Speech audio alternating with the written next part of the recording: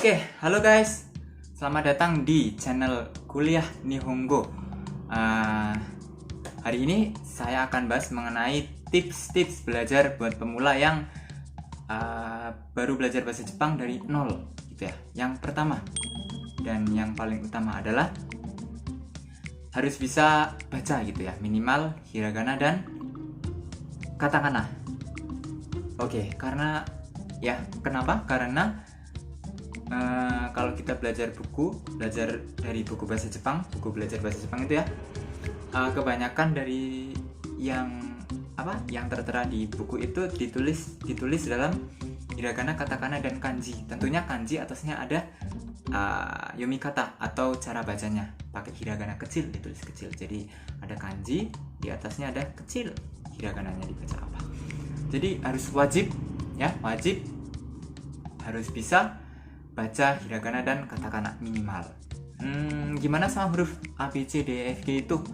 Nah, huruf itu namanya istilahnya romaji, ya, romaji.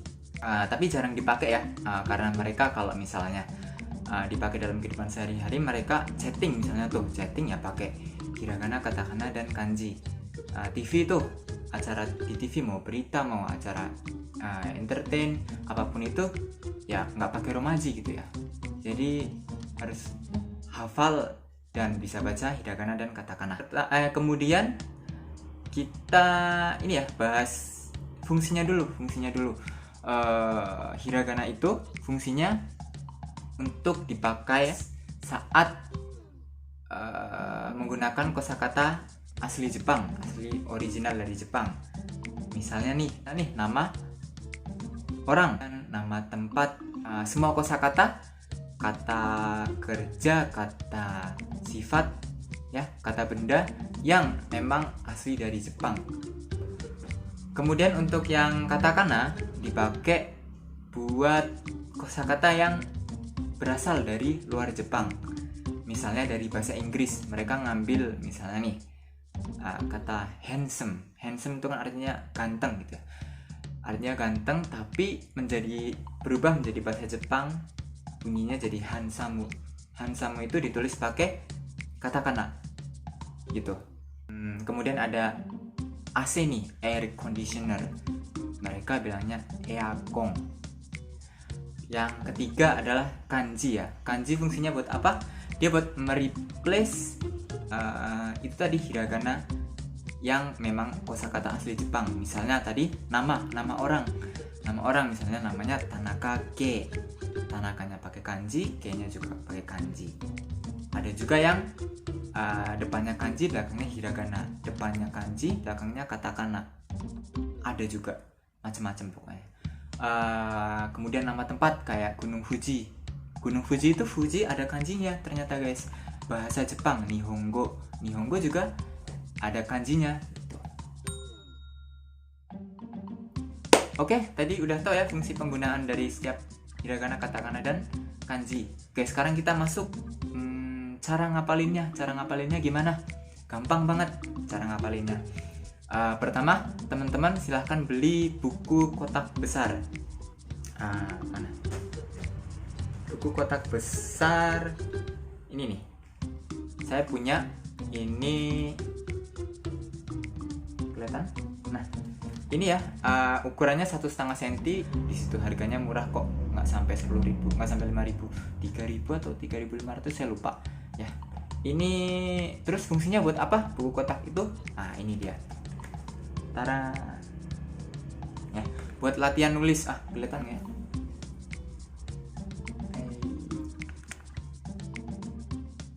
Nah, ini fungsinya buat latihan nulis guys. Jadi ini huruf A hiragana ya. Nanti teman-teman silahkan beli buku ini terus latihan menulis pakai pensil ya, di kotak-kotak ini. Ini kalau saya 1 halaman 1 huruf. Tapi kalau teman-teman ada yang pede gitu ya, saya cuman setengah aja apal, silahkan nanti dibagi 2, ditulis A, terus I, U, E, dan O, dan selanjutnya. Ketika menulis hurufnya itu harus urut ya, nggak boleh sembarangan. Karena nanti ini itu akan menjadi dasar ketika kita nanti ke advance gitu ya. Jadi untuk coretan-coretan ini itu coret-coretan hiragana dan katakana ini itu nanti bisa membantu saat menulis kanji. Urutan nulis kanjinya itu persis gitu loh. Ketika kita nulis katakana, ketika kita nulis garis nih, garis biasa ya. Garis biasa itu nulisnya dari kanan ke kiri atau kiri ke kanan, garis atas ke bawah nih. Garis lurus ya, kayak gini itu dari atas ke bawah atau bawah ke atas. Nah, ini menjadi dasarnya guys. Jadi harus urut. Terus gimana kita caranya tahu biar urut? Ini ada aplikasi handphone ya. Oke, langsung saya buka aja.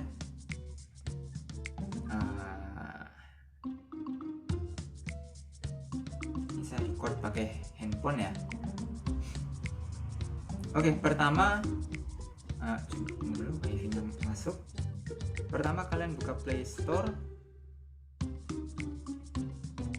Silahkan ketikkan ini nih, Obenkyo. Namanya aplikasinya Obenkyo. Nah, ini karena saya udah download ya, jadi langsung open aja. Nanti teman-teman download ini, kepencet tuh kan. Nah, ini ada katakana, hiragana, kanji, banyak pokoknya. Kita masuk ke hiragana yang ini kan ada study, ada tes. Nah, kita pakai yang study guys. Yang study diklik.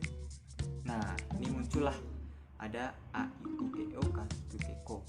Kalau huruf romaji ya, huruf kita itu A sampai Z, A, B, C, D, E, F, G. A, B, C itu masing-masing satu huruf. Tapi kalau di Jepang misalnya nih K kan K dan A itu kan kalau kita ngehnya pasti dua huruf ya. Tapi kalau orang Jepang bilangnya K ya, hitomoji itu satu huruf. Si, S, H, I ya, itu juga hitomoji satu huruf gitu. Jadi teman-teman apalin nih A, I, U, E, O sampai yang paling bawah nih wa, o, n ya, banyak. Totalnya ada 1, 2, 3, 4, 5, 6 46. Kita sekarang coba masuk ke A.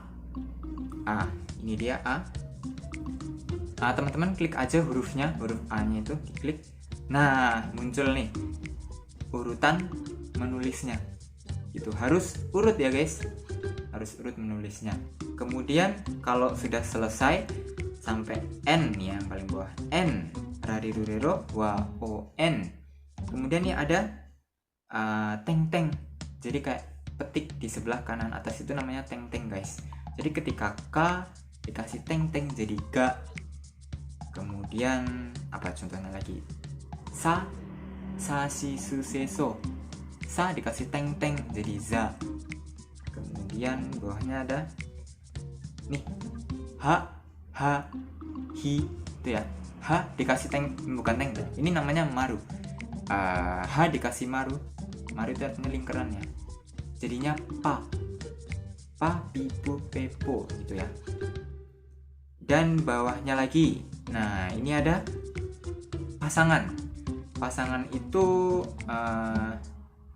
kita nulis seperti ini ya. Di gambar ada kya, kyu, kyo, cha, shu, sho, cha, chu, cho, dan lain-lain. Misalnya kita mau menulis Q itu kan artinya 9. Q kan pakai KYU ya, bukan KU tapi Q. Cara nulisnya gampang guys, tinggal begini.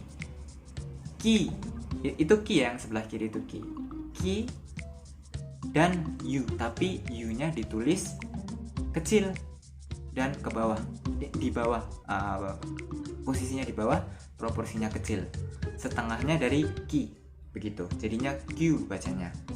Ada banyak ya, nanti ni dengan ya jadi nya, hi dengan ya jadi hya, dan lain-lain. Di bawahnya lagi, tadi ingat yang ki diteng-teng jadi gi, k diteng-teng jadi ga, ki diteng-teng jadi gi. Nah, kemudian dikasih ya kecil tapi ya, jadinya gya, gyu, gyo. Gi dengan ya, gi dengan yu, gi dengan yo, jadinya gya, gyu, gyo. Bia piu pio, bia piu pio, jajujo. Nah, ini silahkan di pelajari. Oke, itu untuk aplikasinya ya, silahkan di download. Nah, ini tadi hiragana, ada nih katakana sekarang. Katakana juga sama guys ya, dari a i u e o, kaki ku keko, dan seterusnya. Pasangan juga ada, pasangan rumusnya sama, teng teng ya, juga ada maru, lingkaran, kemudian kya kyu kyo, rumusnya sama, ki dengan ya kecil, dan seterusnya. Boh juga sama rumusnya ya, ki dengan ya jadinya kya gitu. Cuman bedanya tadi fungsi dipakai ketika dari kosakata luar. Misal kita menulis nama kita kan misal namanya Bambang kan bukan berasal dari Jepang, harus ditulis pakai katakana guys gitu. Tahu nama kota di Indonesia, Jakarta, itu ditulis pakai katakana. Oke, mungkin sekian dulu ya buat episode kali ini. Terima kasih yang udah mau nonton. Arigatou gozaimasu. Jane.